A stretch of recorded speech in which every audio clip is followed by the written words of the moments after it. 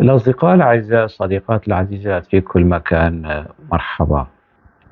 البعض من السوريين على مستوى النخب أو العوام آه، يكررون كثيرا بعض الخرافات والأكاذيب والترهات ذات المنشأ البعثي، ويطلقونها هكذا وكأنها حقائق دامغة مطلقة مثبتة موثقة، لا يدانيها الشك والريب من جانبيها.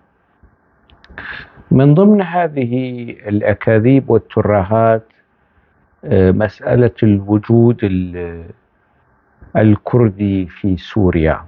أنا سبق وتكلمت حول هذا الموضوع، لكن في مقابل تصدير الجهل بشكل متكرر لدى الناس، لا مناص أمامي إلا أيضا تكرار بعض المعطيات التي تستند على أرضية صلبة وقوية ورصينة من التوثيق والتأريخ فيما يتعلق بالوجود الكردي في سوريا. من تلك الخرافات أنه الأكراد مهاجرون أتوا من تركيا إلى سوريا. طبعا هؤلاء البسطاء والسذج بيأتوا ببعض الأسماء، مثلا حاج وآغا، لأنه أنا في فيديوهات سابقة أتيت على ذكر حاج وآغا ومشروع حاج وآغا الذي طالب بالحكم الذاتي لمنطقة الجزيرة منذ مطلع الثلاثينات. استند على تحالف عربي سرياني كردي وقت ذاك، وهذا موثق في الأرشيف الوطني الفرنسي.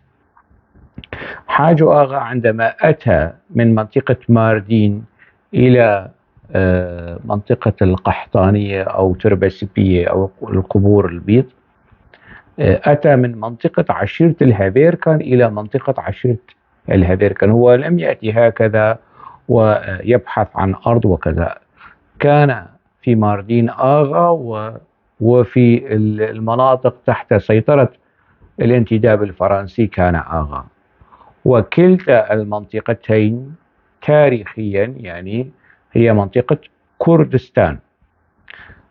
هذا أولا. اثنين، في السرديات الرسمية وفي الأدبيات التاريخية التي يتجنبها هؤلاء البسطاء والسذج، أنه هذه المناطق في الأصل هي سورية، والاحتلال العثماني اقتطعها من سوريا كما اقتطع لواء اسكندرون وضمها إلى يعني الحدود الرسمية إلى تركيا. وبالتالي هذه الهجرة كانت هجرة داخلية من أرض سوريا إلى أرض سوريا.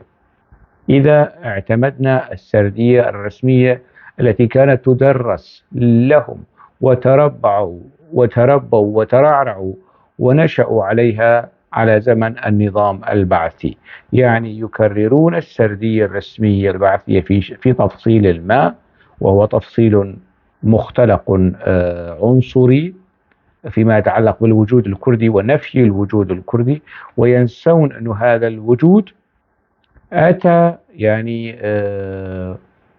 يعني هو موجود أصلا. الحدود هي التي تقاسمت هذه المنطقة، وهي منطقة عشائر كردية بالوثائق العثمانية، بالوثائق الفرنسية، بالوثائق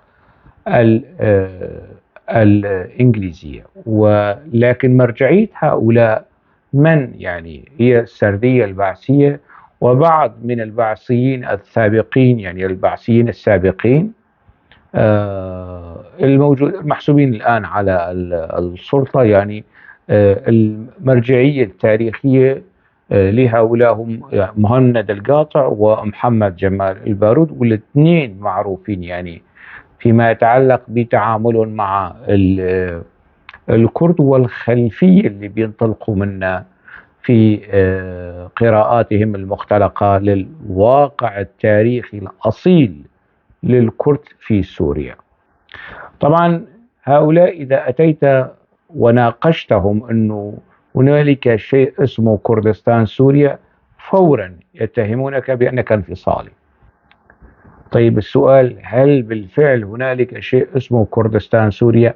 نعم، هنالك شيء حقيقي جغرافي بشري تاريخي اسمه كردستان تركيا، واسمه كردستان سوريا، واسمه كردستان العراق، واسمه كردستان إيران. يعني من غير المعقول ومن غير المنطقي هذا التقسيم الذي تعرض له الشعب الكردي، كما تعرضت له الشعوب العربية، أن أرض كردستان التاريخية تتعرض للتقسيم، وتبقى يعني سوريا بريئة ما فيها شيء، ولو بضع ضيع أو بضع مدن أو يعني شريط حدودي، شيء اسمه كردستان سوريا. لا يا سيدي، في شيء اسمه كردستان سوريا، والوثائق في الأرشيف العثماني وفي الأرشيف الفرنسي وقبلها في كتب الرحالة العرب والمؤرخين العرب، يعني في العهد العثماني وفي العهد الأيوبي. أصلا الأكراد في العهد الأيوبي كانوا سلطة، مش بس وجودهم يعني كان موجود وأصيل وتاريخي في منطقة الجزيرة، لا، كانوا سلطة. يعني كانوا سلطة يحكمون القاهرة، سلطة يحكمون دمشق، يحكمون القدس، يحكمون حتى اليمن. الأسرة الأيوبية، الكرد الأيوبيون كانوا يحكمون الحجاز واليمن ومصر والأردن وسوريا، كل بلاد الشام لمدة 80 عاما الكرد وهم يحكمون. في هذه النقطة، في مسألة نفي وجود كردستان في سوريا، هو نفي هزيل، يعني نفي لا يستند على وثيقة تاريخية. إذا بيرجعوا للوثائق التاريخية يعني راح يصيروا بنص ثيابهم. العثمانيين اللي بيعتمدوا على، إذا بيعودوا للأرشيف العثماني وكيف تحدث هذا الأرشيف عن مناطق الجزيرة، حتى منطقة دير الزور أيضا، يعني الأرشيف العثماني كيف التصنيف الإداري أو التقسيم الإداري أو الوجود الديموغرافي تحدث عنه الأرشيف العثماني، وذكر بأنه الكرد هم الغالبية، بدليل أنه على زمن السلطان عبد الحميد، السلطان عبد الحميد أتى بقبائل عربية ووطنها وأسكنها في مناطق الجزيرة. هذا من جهة. طيب عندما نقول لهم أن المناطق ذات الغالبية الكردية أو المناطق الكردية في سوريا بيرفضوا. طيب المناطق ذات الغالبية الكردية مش كردية، هي ذات غالبية كردية، كمان بيرفضوا، بيقولوا لا أنت انفصالي. عندهم هذه التهمة، تهمة الانفصالية. طبعا استوردوها من وين؟ استوردوها من الكماليست الأتراك ومن البعثيين. فلا يا سيدي، هي مناطق كردية. طالما هنالك كردستان سوريا فإذا هي مناطق كردية. عفرين يستحيل أن تكون منطقة عربية، يستحيل، وهي ضمن الحدود السورية.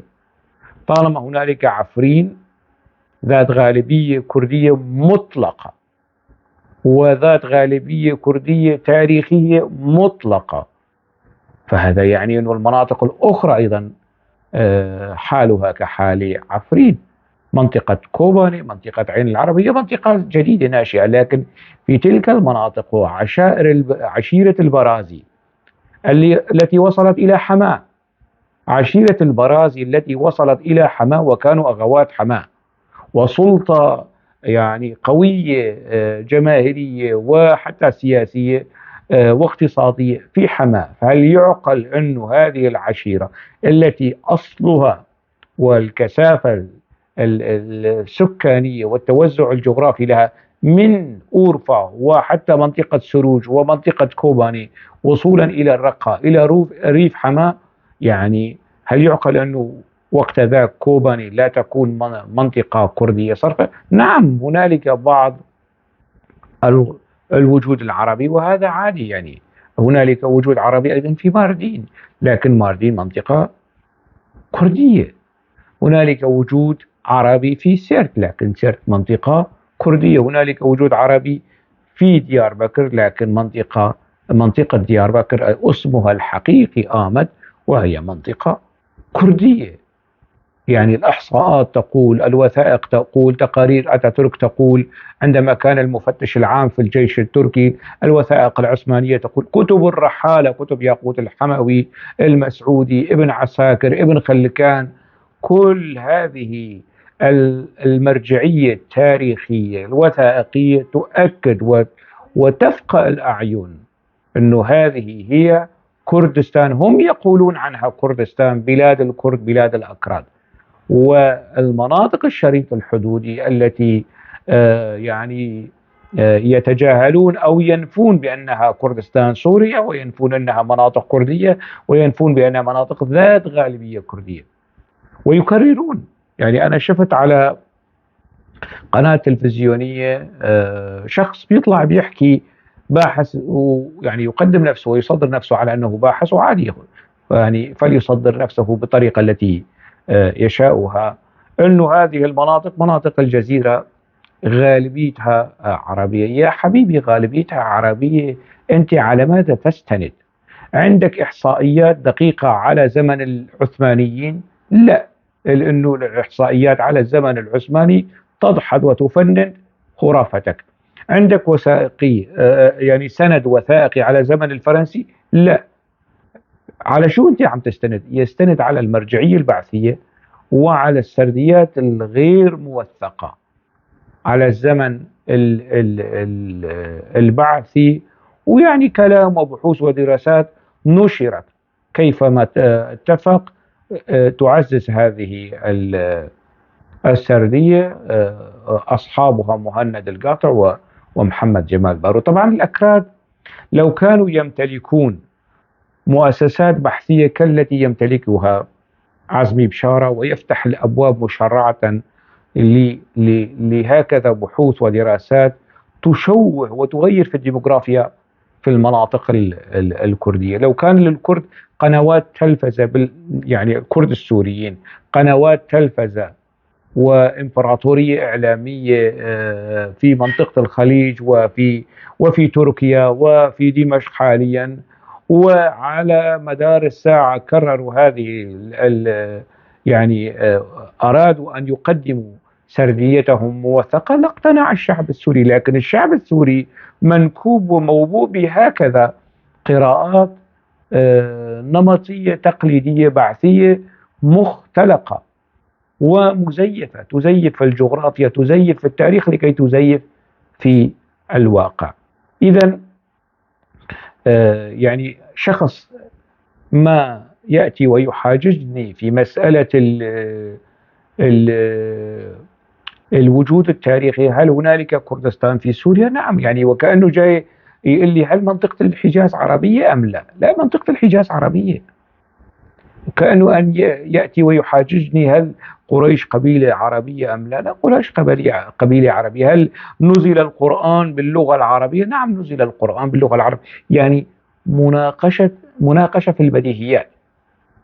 يعني شخص يأتي ويدحض الوجود التاريخي، العمق التاريخي والجغرافي والاستراتيجي للكرد في سوريا، وكأنه جاي يناقش الآن بعد 1400 سنة هل نزل الوحي على النبي محمد صلى الله عليه وسلم أم لا؟ وهل بالفعل القرآن كتب باللغة العربية أم لا؟ هل بالفعل قتل عثمان كما قتل، أو قتل عمر في المسجد أم في الشارع أم في منزله أم لا؟ يعني سرديات تاريخية توارثناها على مدى 1400 سنة، نفس القصة. الوجود التاريخي موثق، وربما يعني بقوة تاريخية لا يعني تضاهي القوة التاريخية للأمثلة التي أنا ذكرتها. ما عندهم شيء. يعني بيجي واحد بيقول لك الجزيرة 2% أكراد و98% عرب. طيب يا حبيبي، أنا راح أخذك على قد عقلك وخلاص، مش مشكلة يعني. 99% مش 98 عرب. أنت ليش خايف من اللامركزية إذا أنت متأكد وواثق من هذه الفرضية؟ مجمل ما قلته الآن كان توطئة للإشارة إلى نقطة مهمة تتكرر في الإعلام حتى على ألسنة قادة قسد، أنه سوريا أو المناطق الكردية أو شرق الفرات ليست كردستان العراق، يعني لا تشبه كردستان العراق. لا يا سيدي، تشبه كردستان العراق وتشبه كثيرا كردستان العراق. ليس يعني ذلك الشبه فيما يتعلق بالموضوع الجغرافي، لا. القضية الكردية إذا بترجعوا لا واقع المعارضة العراقية وواقع المعارضة السورية ووضعتم هاتين التجربتين على بساط البحث والتحري، لرأيتم نقاط التلاقي الكثيرة. وجه الشبه في التعامل العربي العراقي مع مع القضية الكردية. يعني قبل سقوط صدام حسين راجعوا أرشيف المعارضة العربية، ماذا كانت تمتلك المعارضة العربية العراقية بشقيها السني والشيعي من قوة عسكرية، من قوة جماهيرية. لم تكن تمتلك شيء قياسا بالواقع الكردي. المعارضة العراقية كلهم دون استثناء، بشيعتهم بسنتهم بعجرهم ببجرهم، كانوا في أحضان منطقة كردستان، ووقعوا على مسألة الفيدرالية، وحتى وقعوا على المادة 140 التي يعني توثق دستوريا أن هذه المناطق مناطق كركوك والمتنازع عليها سيجرى فيها استفتاء، وتعود إلى نتيجة الاستفتاء ستعيد هذه المناطق إلى كردستان. لكن هذه المعارضة يعني كبيرهم زعيمهم عمدتهم كان يعني أحمد الشلبي، كانوا في حالة ضعف، في وضع ضعف.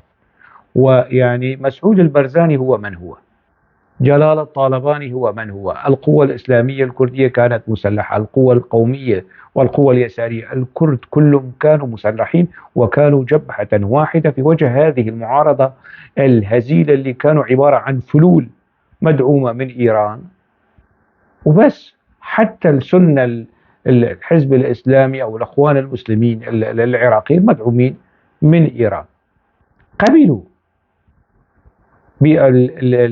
بالمطالب الكردية. لكن عندما استتب لهم الأمر وأطاحوا بالجيش العراقي بدعم أمريكي وأسسوا جيش على هواهم، كما يؤسس الآن أحمد الشرع جيشا على هواه، على عقيدته، على مزاجه، على أيديولوجيته، وبيجيب يعني قتلة ومأجورين ودعاة وقضاة كانوا في داعش أو في القاعدة ويمسكهم المناصب. نفس السلوك اللي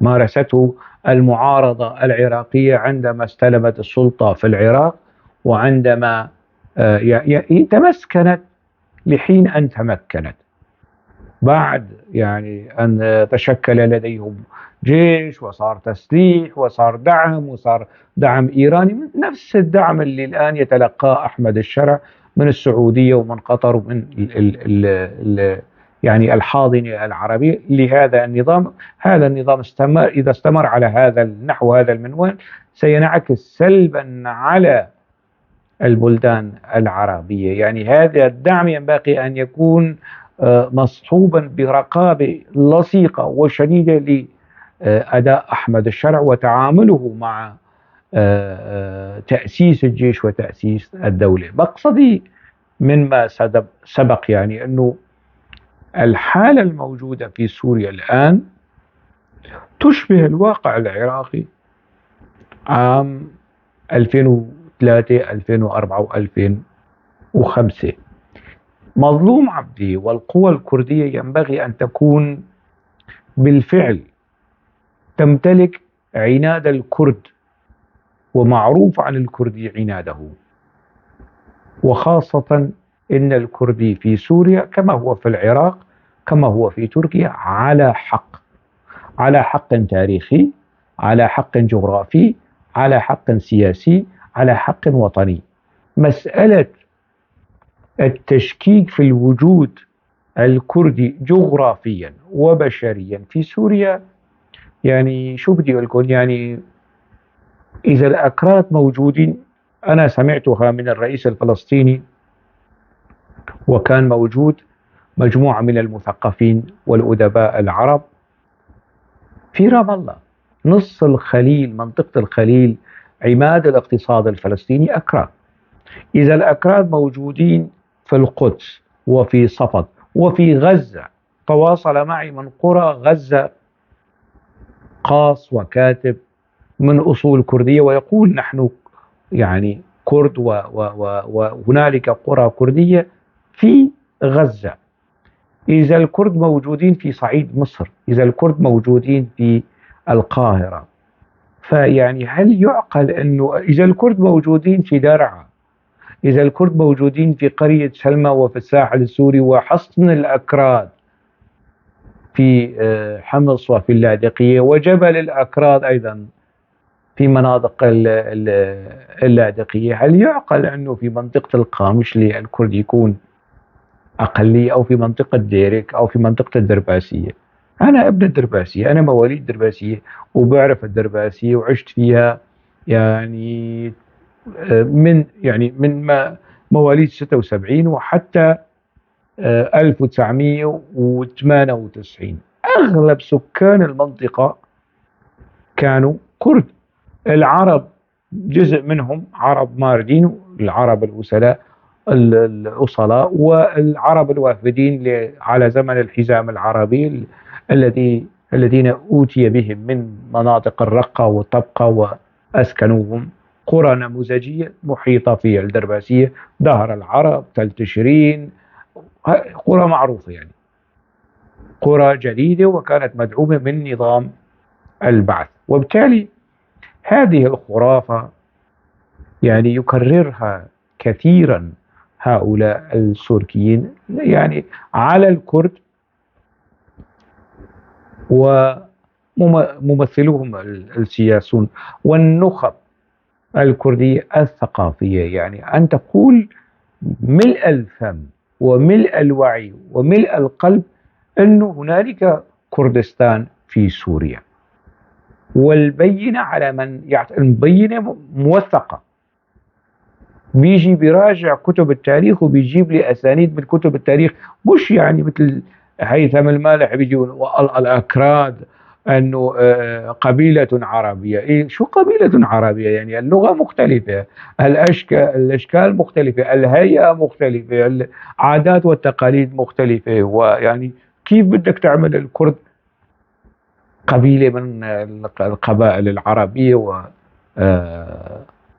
طردت وراحت للجبال؟ يعني شو الكلام الأهبل والساذج والسخيف يعني. لكن أنا مقصدي أنه من يريد أن يفند الوجود التاريخي الأصيل الجغرافيا وبشريا، الوجود الكردي، من أراد أن يفند ما يروح يعني يستند على يعني أقاويل وفبركات مهند القاطع ومحمد جمال البارود. يعني هنالك شيء بالأطنان من الوثائق في العهد العثماني القديم والوسيط والقريب، حتى زمن الاتحاد والترقي اللي مصطفى كمال اتاتورك كان المفتش العام، ولما بيكتب تقاريره بيكتب يذيلها بالتاريخ ويكتب كردستان.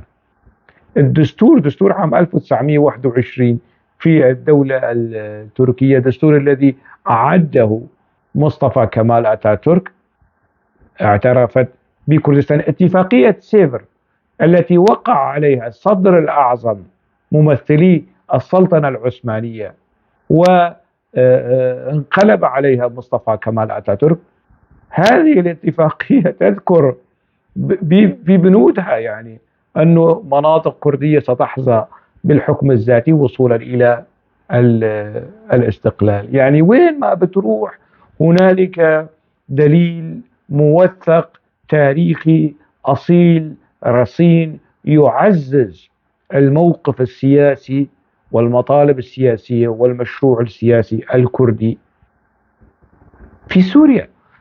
الزعيم الكردي الخالد الملا مصطفى البرزاني أبن عن جد توارث النضال الكردي ضد حكومات بغداد، قاتل وصعد الجبال، وكان يقول الديمقراطية، الشعار تبعه الديمقراطية للعراق والحكم الذاتي لكردستان.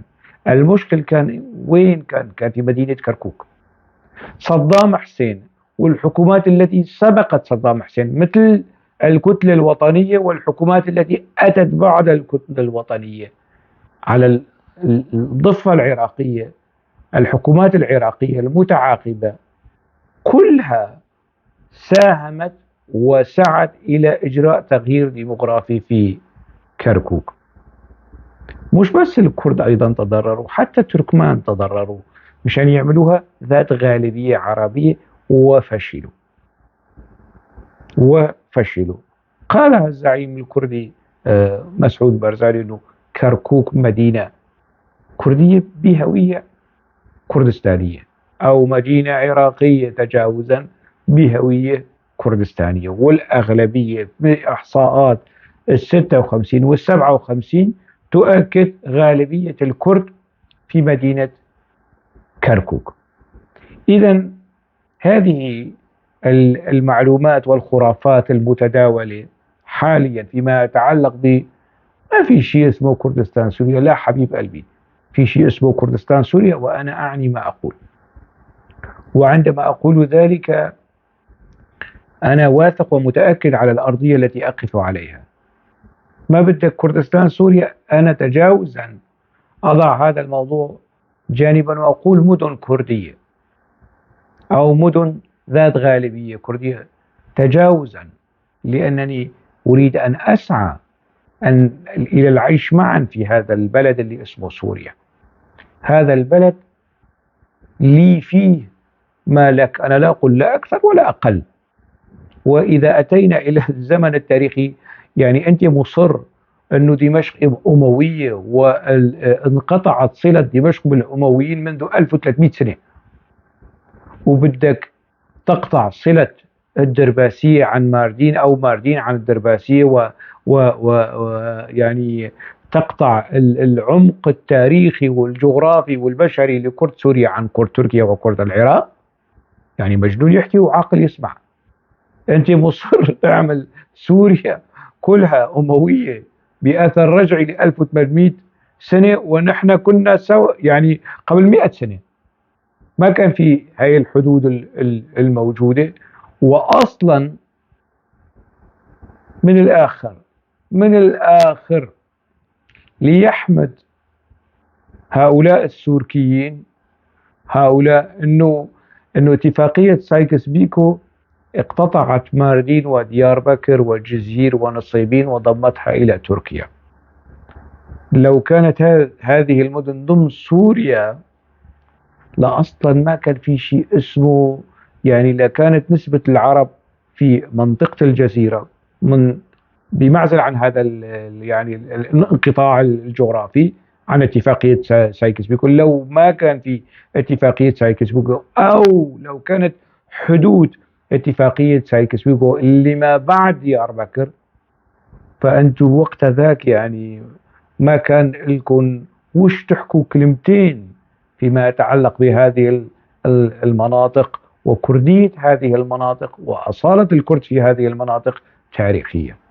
فأنتم احمدوا، لأنه هذا التقسيم خفف عنكم عبء أنتم لا تحسبون له أي حساب. هذه المناطق لو كانت ضمن، تصوروا لو أنه سروج كانت مع كوباني ونصيبين إلى قامشلو وماردين إلى الدرباسية، وأصلا درباسية ومناطق درباسية يقال لها سهل ماردين. لو كانت الحدود يعني تشمل حدود سوريا السياسية والطبيعية الحالية، تشمل هذه المدن، لا أنتم ما كان فيكم تحكوا كلمتين فيما يتعلق بتاريخية الكرد وتاريخية هذه المناطق وكردستانية هذه المناطق، وأنه في شيء اسمه كردستان سوريا.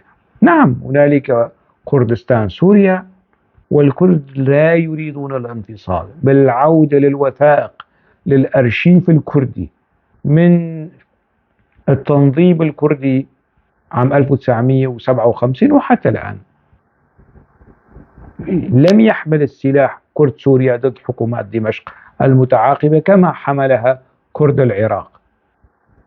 لم يحمل كرد سوريا سلاح ضد دمشق كما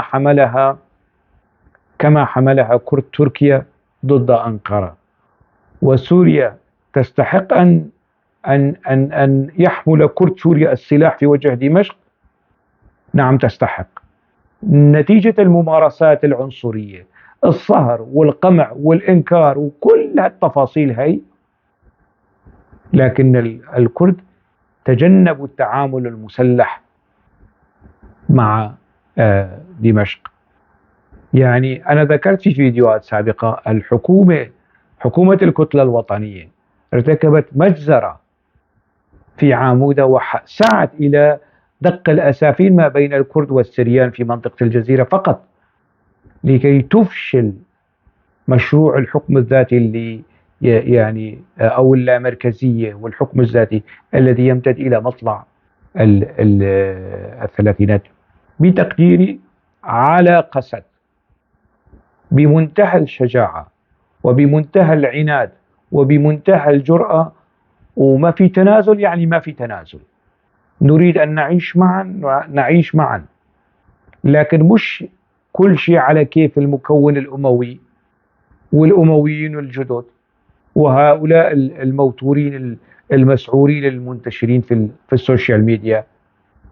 مش على كيفهم الموضوع.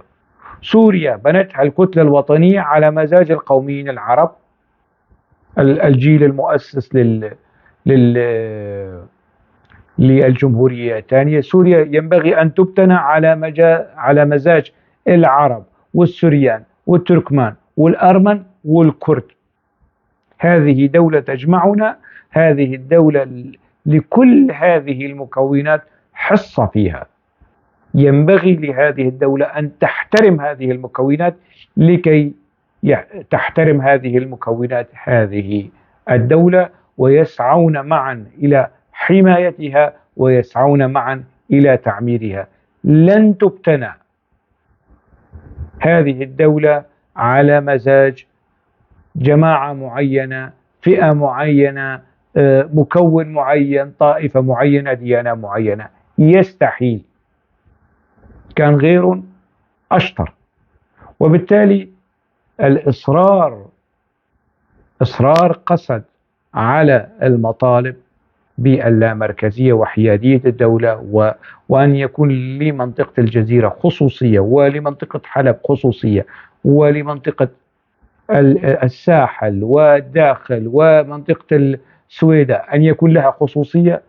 هذا انسجام مع الواقع الحقيقي التاريخي والديموغرافي والثقافي والقومي والديني والإثني لسوريا. هذا عناد وطني. العناد على سوريا وطنية، عناد وطني. العناد على لامركزية الدولة عناد وطني. سينتج نموذج جديد لا يشبه دولة البعث، لا يشبه الدولة الدينية التي يسعى إليها السوركيين أو اللي هم خليط من الأردوغانيين والأمويين الجدد. أكتفي بذلك على أمل اللقاء في حديث آخر. دمتم